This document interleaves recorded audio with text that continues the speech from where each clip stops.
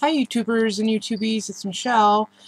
Sorry this video didn't come right after the others. I'm super busy for this week, right every single day, almost every minute of the day, right up to the surgery, and then of course I'll be healing afterwards. So I'm trying to get in when I can, trying to update you with everything that I think that you could use prior to the surgery, so that when I have the surgery I can come out. Well, while I'm in the hospital, I'll be doing some videos. I don't know that I'll be able to upload them right there. You might have to wait till I get out, which would be the next day or the day after. So I am trying to get in as much as I can prior to the surgery. So in what little bit of time that I have. So we are on week 8 and after. So this is definitively the weeks that you will maintain the consistent bariatric diet that you're going to do pretty much for the rest of your life. So some doctors say at a certain stage no more supplemental drinks or supplemental shakes. Other doctors want you to have the protein shakes. So I'm only advising what my doctor says for me, which is not a bad thing, because like I've said on other videos, if you're having a problem getting in the protein requirement, why not have a shake or a boost or something that gives you some protein? Even if it's a protein bar. If you're eating and you can eat a protein bar, then eat the protein bar at 23 grams of protein or 56 grams of protein or 62 grams of protein. There's nothing wrong with that, so I would highly recommend that. So here we are on weeks 8. Hang on one second. My glasses are not clean. I can't see what I'm trying to read. Okay, here we go. Weeks 8 and after, you're on solid foods. You finally get to eat, if you're hungry enough to want to. So, this description says, this stage will introduce foods with a firmer texture. So you're really going to be chewing with these. Continue to chew until liquid texture. So you're still wanting to chew until you get that food completely processed in your mouth, and then swallow, because you don't want it to go into your stomach unchewed, because it's going to cause complications for most people. Do not swallow whole chunks of food. Remember that some foods may be harder to tolerate. Everyone experiences different tolerances to different foods, just because we're all different.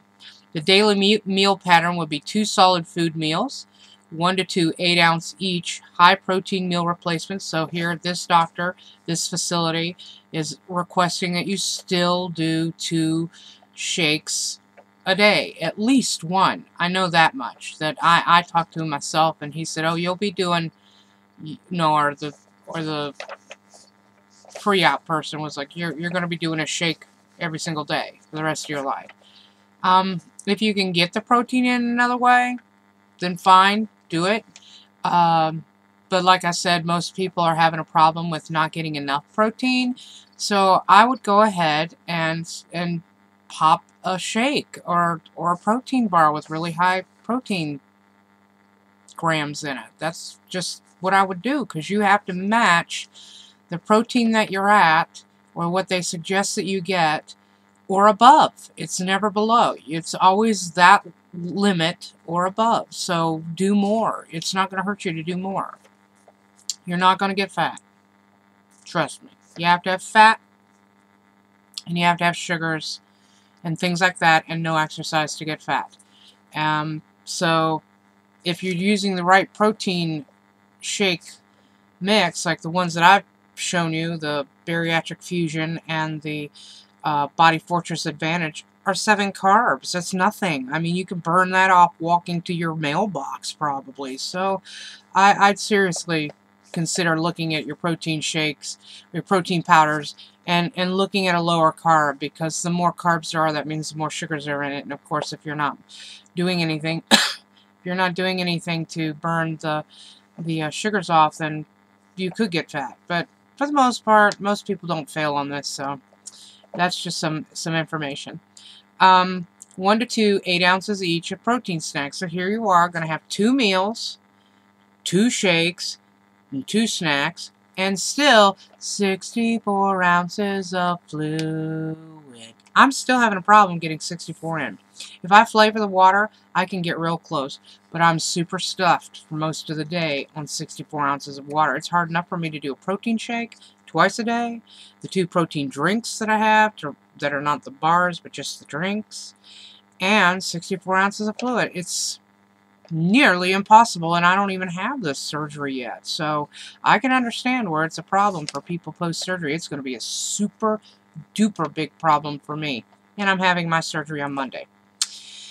Vitamin and mineral regimen would be 1 multivitamin a day, iron at least 18 milligrams daily, a B complex once daily, a calcium citrate 15 milligrams daily, flax and or fish oil 2 to 4 grams daily, and a monthly B12 injection. The allowed foods that you're allowed to have after 8 weeks and beyond would be a protein meal replacement, which would be your shakes, any clear liquid, full liquid, or pureed foods. So like I said, you can always go back to the liquid diet and advance up. So you can have liquid diet, you can have pureed foods, and you can have soft foods, and you can have whole foods at this stage. Always remember to ask your doctor if it's okay for you to advance to the next level, because you want to make sure you're not doing anything to your stomach. But the thing before getting to this stage was you could not advance up to solid foods if you were in any of those levels. No matter what you want to do, don't do it. Don't do it. You select lean protein sources. So you'd have like lean beef, fish, ground turkey, sliced deli turkey, sliced chicken, you know, lean stuff. No chicken skins, no super marbly ham. You're going to have lean proteins for the rest of your life. Because if you don't, the fat in there will make you fat. Simple as that. Fat will make you fat. Simple as that. Select non-starchy vegetables or fruits. You're really going to have to look at what is a starchy fruit and starchy vegetable. There are some. I know potatoes, peas, corn. Carrots have starch in them, but it's not very high. But you don't want to have like all carrots, because then you're just doing like a baked potato. Potatoes, corn, peas are all starchy. Even though the corn and the peas have some value to them, they're more starchy than value.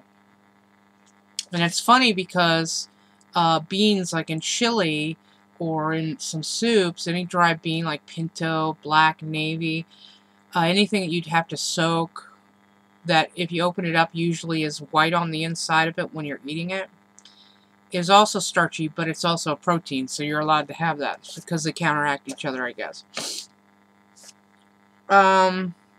The reminders for this are: eat your proteins first. Always eat the protein first. Do not drink while you're eating, because you will sacrifice your protein for your fluid. Always eat the protein first before you eat anything else on the plate. Doesn't matter. Always eat the protein first. Keep the quantity of food at each meal to a ½ cup serving, no more than 1 cup serving. My mail's in. Avoid foods that are very dry and tough to chew. So chicken and turkey off the bone might not be the best choice unless they're super duper moist. Yes, Daniel?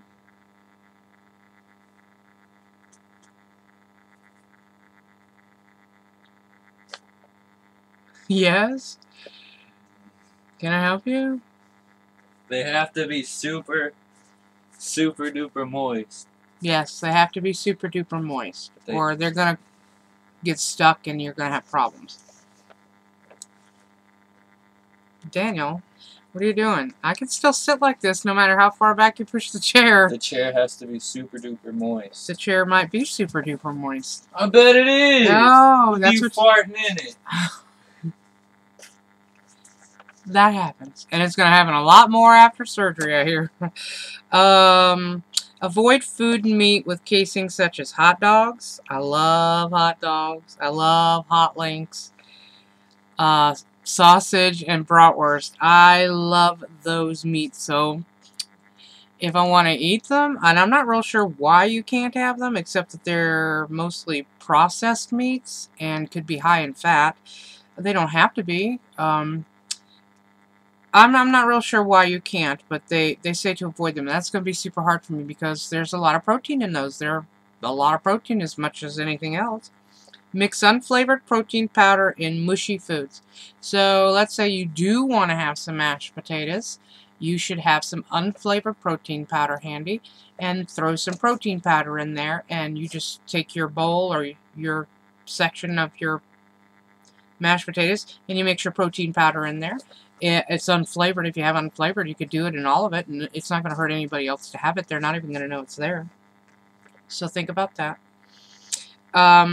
Add new foods one at a time in advance as tolerated. You got to try your foods out again. You can't assume that because you love pizza today, before surgery, that your stomach or your taste buds are even going to love pizza after. You might not like it. It might just make you absolutely want to retch. So you're going to have to take that into account. Every new food will have to be tried and tested every single time. And if you can tolerate it today, that doesn't mean you're going to tolerate it tomorrow. So every day you eat is going to be an adventure until probably you ate it 5 times and you know for sure that your stomach can handle it. And it's not going to have any problems. Avoid starchy foods, white bread, mashed potatoes, white rice, and pasta. Some of those are my favorite. Got to let them go. I haven't been doing very many high carbs, so in those areas. So any very much starchy foods. So I'm pretty much weaned off it. There's occasionally I want something, but it's not often. These foods can contribute to weight gain and may cause blockages in your pouch. While I'm still on this page, I wanted to show this right here. This is technically, if you're looking at that, in real life, the circumferences of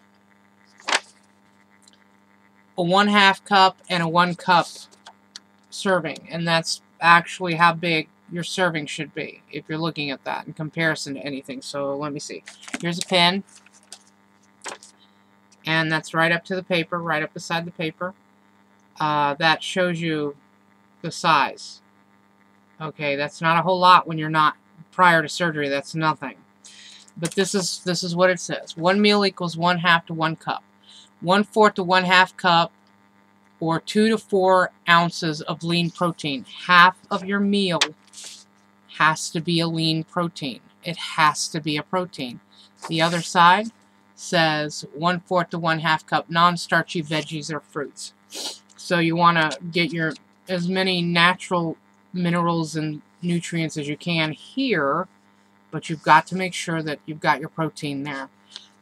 Real quick, 8 weeks and beyond, the meal plan for that would be 8 ounces meal replacement, which would be your protein shake, 8 ounces of a protein snack drink, or just a snack, because you can actually eat at this stage.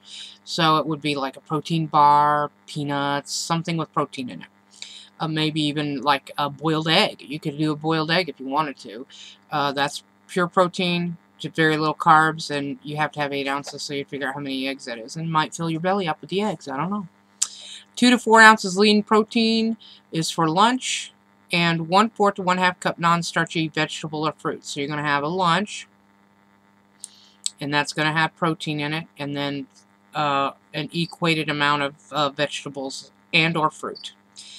At your snack, you're going to have a protein bar here, but it could be the snack drink too. I mean, you can swap them out, figure out what you want. At dinner, you're going to have 2 to 4 ounces of lean protein again, and 1/4 to 1/2 cup non-starchy vegetable and or fruit. And for your snack at night, it's going to be an 8 ounce protein snack or drink. And that would be from here on out, and as you go on into your lifestyle with your weight loss, or with the gastric surgery and the weight loss, you would pretty much pattern how it works best for you. But the main point is that you always get the protein in. You've got to get the protein in. If you don't get the protein in, you're malnourished. Your hair and your nails will reflect that. You'll get sallow skin, dark rings under your eyes. Your face will be gaunt. Your coloring will be all off. And that's serious when that happens. You got to make sure you try to get all of your fluids in too, because you don't want to be dehydrated, which also causes problems. So that's it for 8 weeks and beyond. Thanks for watching all of my videos so far. I still have more. Keep watching. Bye, YouTubers and YouTubies. Have a great day. Bye.